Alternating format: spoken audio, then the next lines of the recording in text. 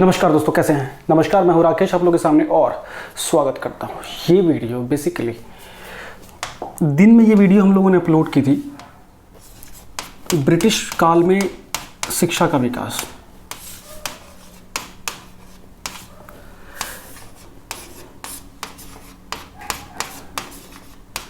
शिक्षा का विकास, इसके ऊपर बात करते हैं और एक ज़बरदस्त लेक्चर होगा आपको एग्ज़ाम के हिसाब से। इसका पहला भाग है ये, बेसिकली इसमें दो भाग बनेंगे लगभग, ठीक है। ये बहुत ही इंपॉर्टेंट सेक्शन है पीसीएस के लिए, बीओ की परीक्षा के लिए, उसके अलावा टीचिंग की होने वाली सारी परीक्षाओं के लिए, चाहे सुपर टेट हो चाहे केवीएस हो। अब देखते हैं क्या है।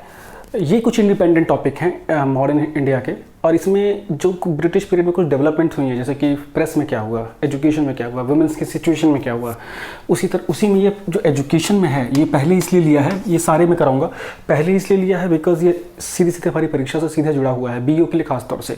तो चलिए शुरू करते हैं।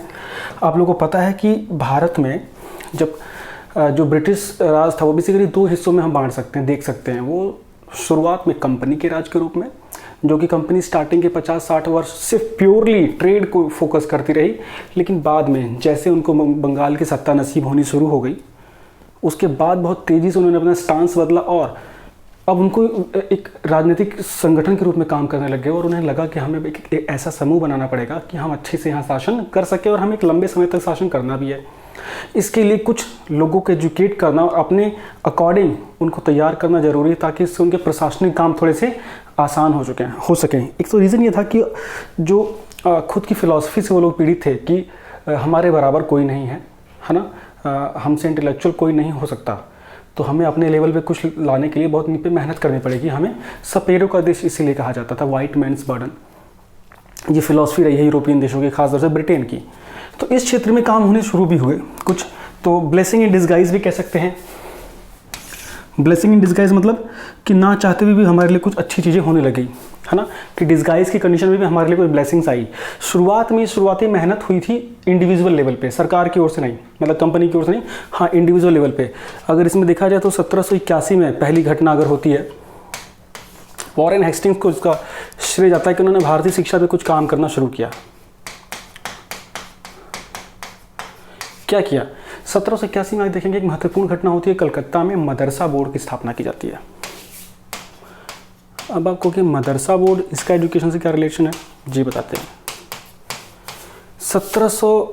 दूसरी घटना 1791 देखिए, 10 साल बाद जोनाथन डंकन, ये ब्रिटिश व्यक्ति थे, बनारस के में प्रमुख अधिकारी थे, और बनारस में इन्होंने संस्कृत कॉलेज की स्थापना करवाई। किसकी जी? संस्कृत कॉलेज। अब ये चीज़ें हो रही हैं देखिए। तो पहले जो हमारी जो प्रशासनिक व्यवस्था थी उसमें भी कल्चरल और धार्मिक हिसाब से प्रशासन चलता था। जैसे कि अगर आप देखेंगे तो अरबी फारसी जैसी भाषाओं का बहुत यूज़ होता था न्यायिक व्यवस्था में, प्रशासनिक व्यवस्था में। अभी भी अगर आप एफआईआर कराने जाएंगे तो आपको फारसी भाषा के शब्द मिलेंगे। तो उसके लिए मदरसों का होना ज़रूरी था ताकि उनको शिक्षा दी जा सके। इसी तरह हिंदुओं के लिए भी संस्कृत कॉलेज की स्थापना करनी उनकी ज़रूरी थी। तो ये शुरुआती कुछ काम होने शुरू हुए। इसी तरह एक बड़ा शुरुआती काम हुआ जो एक अंग्रेज गवर्नर जनरल के लेवल पे किया गया 1800 में, सन 1800 में। आपको पता होगा क्या, लॉर्ड वेलेज़ली का पीरियड था वो। लॉर्ड वेलेज़ली ने फोर्ट विलियम की स्थापना कराई सर। किसकी? फोर्ट विलियम, जिसे आज कलकत्ता के नगर नाम से जाना जाता है। फोर्ट विलियम बेसिक कासिम नगर के आसपास का एरिया बंगाल में, जो कलकत्ता है वर्तमान का। फोर्ट विलियम कॉलेज की जो स्थापना करवाई वहाँ पे, वो किस लिए? जो यूरोपियन अधिकारी हैं उनको शिक्षित करने के लिए और अपने काम के लिए यूरोपियन ऑफिसर्स को शिक्षित करने के लिए फोर्ट विलियम कॉलेज की स्थापना होती है। अब देखिए ये क्वेश्चंस आपको ना एमसीक्यूज में भी काम आएंगे, इंडिविजुअल लेवल में भी काम आएंगे, ठीक है। ये चीज़ें चलती रही। इसका मतलब धीरे धीरे भारत में एक थोड़ा सा पढ़ा लिखा वर्ग बनाने की कोशिश की गई। मास लेवल पे लोगों को एजुकेट करना और एजुकेशन को जिम्मेदारी की तरह काम करना, वो अभी तक जिम्मेदारी नहीं उठाई गई, ठीक है। कुछ समय बीतता है, करीब 10-12 साल बाद एक बहुत फेमस चार्टर आता है, 1813 का महारानी का चार्टर, है ना, चार्टर एक्ट 1813, बहुत फेमस, आपको पता है, जिसमें वही 1 लाख का शगुफा आप लोगों ने देखा होगा पहली बार प्रशासनिक रूप में सरकार ने, कंपनी ने 1 लाख रुपए का फंड एलोकेट किया। मतलब कि हाँ, एजुकेशन भी हमारा कुछ काम है, एजुकेशन के लिए भी 1 लाख का बजट अलग से निकाला गया। सोचिए, मतलब एजुकेशन के बारे में पहली बार सोचा गया। लेकिन यहाँ दो भाग बने हुए थे, है ना। कुछ वर्ग चाहते थे कि वो भारत की भाषाओं में ही शिक्षा दी जाए, जिनको प्राच्य शैली के लोग बोला गया, ओरिएंटलिस्ट बोला गया, और दूसरे थे जो आंग्ल शिक्षा के हितैषी थे कि अंग्रेजी भाषा में शिक्षा दी जाए, यूरोपियन शिक्षा ही दी जाए। इनके बीच में विवाद हो गया।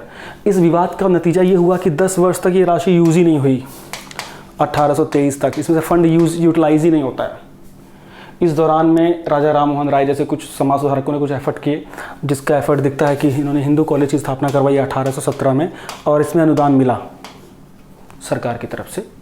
1817 में हिंदू कॉलेज की स्थापना होती है कलकत्ता में, ठीक है, बहुत ही इंपॉर्टेंट है। और ये कॉलेज भारतीय शिक्षा के जगत में बड़ा इंपॉर्टेंट लैंडमार्क माना जाता है।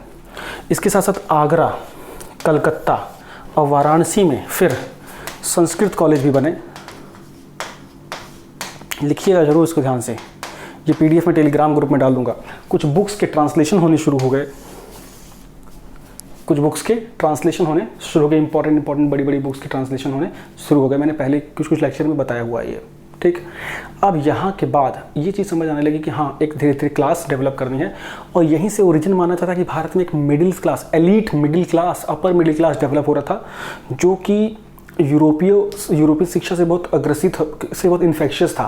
और वही लोग एक तरह से प्राच्य भाषा के भी हितैषी बनते जा रहे थे धीरे धीरे, और अंग्रेज ऐसी ही एक क्लास चाहता था और उसी प्रकार की शिक्षा वो दे रहा था। अब इससे हुआ क्या, इससे जो प्राथमिक और माध्यमिक स्तर पर एकदम चौपट हो गई कहानी। हायर एजुकेशन सिर्फ लिमिटेड लोगों को मिल पा रही थी, और सिर्फ जो लोग बाहर विदेश में जाके पढ़ रहे थे, यूनिवर्सिटीज़ यहाँ थी नहीं, विदेश में जाके पढ़ना होता था, तो बहुत ही लिमिटेड लोग जा पाते थे। और फिर वो लोग इन्हीं रंग ढंग में रह के फिर ब्रिटिशर्स की तरह ही अपने आप को समझते थे। इसके अगर हम आगे आते हैं तो एक बड़ा लैंडमार्क, यहाँ लैंडमार्क से पहले विवाद बता दें कि क्या था विवाद ये। ओरिएंटलिस्ट और एंग्लिस्ट कंट्रोवर्सी क्या थी। आधे लोग ओरिएंटलिस्ट ये थे कि भाई प्राचीन भाषा में, भारतीय भाषाओं में ही शिक्षा दी जाए, और एंग्लिस्ट मतलब यूरोपियन भाषाओं में शिक्षा दी जाए। ये विवाद था, बहुत फेमस विवाद था, और बहुत लोग इसके हितैषी थे, जैसे कि लॉर्ड मैकाले को अगर आप देखेंगे तो इसका हितैषी था वो। लॉर्ड मैकाले को भारत में अंग्रेजी शिक्षा का जनक माना जाता था। उसका मानना था कि भारतीयों में की जो शिक्षा है वो अंग्रेजी भाषा में ही होनी जरूरी है, क्योंकि वो इंडिया के लिए इंटेलेक्चुअल्स से ज़्यादा क्लर्क बनाना चाहते थे, ठीक है। ग्राउंड लेवल तक उनको एजुकेशन देने से कोई मतलब नहीं था। तो ये तो इसको भी याद रखिएगा क्या था, ये किससे रिलेटेड था, ठीक है। अब अगर हम चलें तो एक इंपॉर्टेंट बात होती है लॉर्ड मैकाले का। 2 फरवरी 1835 में लॉर्ड मैकाले ने ब्रिटेन में अपना वक्तव्य दिया, जो कि बहुत प्रसिद्ध हुआ भारत के संदर्भ में, कि भारत में जो एजुकेशन का जो सिस्टम है वो, उसका जो इम्पार्टेशन का जो लैंग्वेज होना चाहिए वो इंग्लिश ही होना चाहिए। बिकॉज इंडियन जो कल्चर है, जो डाइवर्सिटी है, या इंडियन जो लिटरेचर है, वो इस लायक नहीं है कि हम उसके थ्रू ही एजुकेशन दें और फिर हमें वहाँ राज भी करना है। तो उन्होंने सोचा कि इसे हमें अपने अकॉर्डिंग चलाना पड़ेगा, इसीलिए अंग्रेजी शिक्षा को ही शिक्षा का माध्यम, अंग्रेजी भाषा को ही शिक्षा का माध्यम बनाया जाए। और फिर अंततः यही होता है लॉर्ड मैकाले, ठीक है। तो ये बहुत ही इंपॉर्टेंट पीरियड है, ये भी याद रखिएगा आप लोग, है ना। इससे उन्होंने क्या बोला कि भाई, कई बार बोला, आप लोगों ने सुना होगा कि भाई जो इंडिया की पूरी लिटरेचर है वो यूरोपियन कल्चर का एक लाइब्रेरी की अलमारी के मात्रा बराबर है, मतलब बहुत ही तुच्छ। और इस थ्योरी को, मैकाले की इस थ्योरी को क्या बोला गया, डाउनवर्ड इन्फिल्ट्रेशन थ्योरी।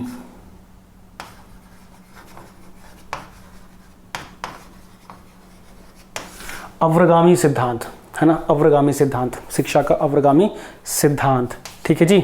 इसमें मतलब कि क्लास बीच में क्लास डेवलप कर दो, उनको अच्छे से पढ़ा लिखा दो, फिर वो लोग नीचे वालों को शिक्षित करेंगे, ट्रिकल डाउन होगा चीज़ें नीचे।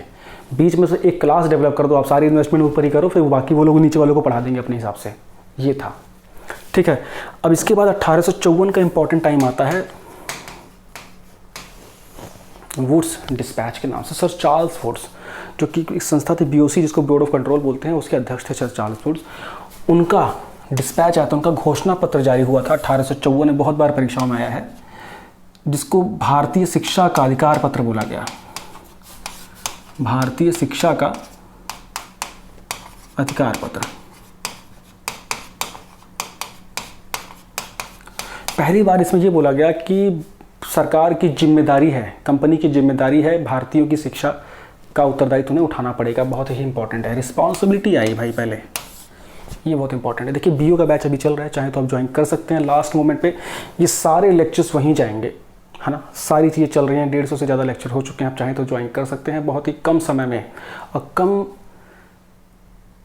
स्पेसिफिक तरीके से आप जो अपनी रिवाइज कर सकते हैं। अगर प्रिपरेशन हो गई तो, या अगर प्रिपरेशन में कुछ कमी है तो पूरा कर सकते हैं। 7678668827 पे व्हाट्सअप करके डिटेल ले सकते हैं, अभी नहीं तो कभी नहीं, यही सोचिएगा।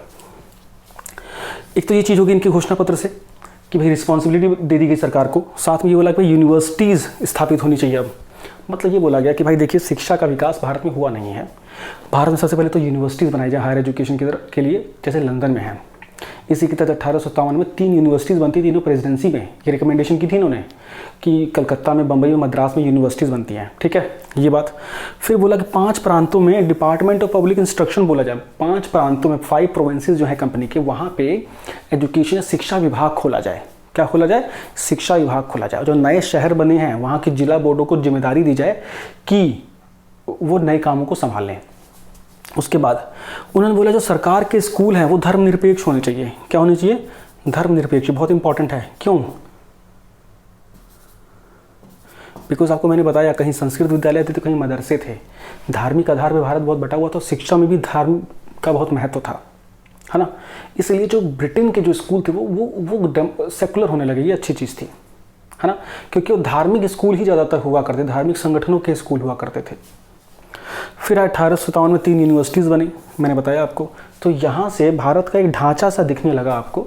और उसके तुरंत बाद आप देखेंगे ब्रिटिश सरकार ने सत्ता हासिल कर ली कंपनी के जाने के बाद, तो चीज़ें और कंसोलिडेट होती हैं, बिकॉज ब्रिटेन अब इस्टेब्लिश करता है अपने आप को शासन करने के लिए। तो एजुकेशन बहुत इंपॉर्टेंट टूल था। और फिर पीरियड आता है 1882 का। हाँ, उससे पहले ये बेथुन स्कूल वगैरह 1849 में स्थापित हुए थे, आपको होना चाहिए बेथुन। ये महिला कॉलेज स्थापित हुआ था बेथुन, कलकत्ता में, ठीक है, बहुत इंपॉर्टेंट है। पूसा कृषि कॉलेज हुआ बिहार में। रुड़की इंजीनियरिंग कॉलेज आपको पता है आज भी है, IIT है, ये कॉलेजेस कुछ खुले। उसका 1882 का अगर हम पीरियड देखें तो हंटर कमीशन आता है, बहुत ही फेमस हंटर कमीशन। 1882 का वो पीरियड जब लॉर्ड रिपन का काल था, भारत में भी शानदार वायसराय थे उस समय, और भारत के विकास के लिए कई काम किए जा रहे थे उस समय आप देखें तो वर्नाकुलर प्रेस एक्ट तुरंत खत्म हुआ था। उसके बाद जनसंख्या के सेंसस के ऊपर भी काम चल रहा था, तो बड़ी चीज़ें हो रही थी। उसी समय में एजुकेशन में बड़ा एक कमेटी बनी, हंटर कमीशन, और जिसका फोकस था सिर्फ प्राइमरी और हायर एजुकेशन पे, प्राइमरी और मैट्रिक तक के एजुकेशन, माध्यमिक शिक्षा पे। क्योंकि हायर एजुकेशन की बात पहले भी की गई थी, लेकिन प्राथमिक को भूल गए थे सब लोग, है ना। और प्राथमिक की बात करने का मतलब क्या कि जड़ों तक पहुँचना है। अब इसमें सिर्फ और सिर्फ प्राथमिक और माध्यमिक की बात की गई, और बोला गया कि अब जो इनकी जिम्मेदारी, इन शिक्षा की जिम्मेदारी जिला बोर्डों को दो, जो डिस्ट्रिक्ट लेवल के बोर्ड हैं उनको दिया जाए, उनके लिए बोर्ड बनाया जाए डिस्ट्रिक्ट लेवल पे, और उनको ये प्राथमिक शिक्षा दी जाए। और प्राथमिक शिक्षा के लिए रीजनल लैंग्वेजेस का यूज़ परमिट किया गया, ठीक है। हायर एजुकेशन के लिए इंग्लिश मीडियम परमिट थी। उसके बाद बोला गया महिला शिक्षा की स्थिति बहुत ख़राब है, इस पर कार्य करना है।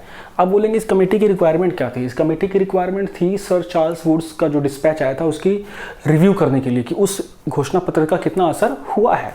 तो उसमें ये पाया गया कि प्राथमिक एजुकेशन गड़बड़ हो गई, महिलाओं की शिक्षा पर कोई काम नहीं हुआ है, और हमें रीजनल कुछ यूनिवर्सिटीज़ खोलनी पड़ेंगी, जिसकी वजह से 1887 में इलाहाबाद यूनिवर्सिटी बनती है और 1882 में पंजाब यूनिवर्सिटी बनती है। देखिएगा, क्लियर है। तो ये हंटर कमीशन था मुख्य रूप से।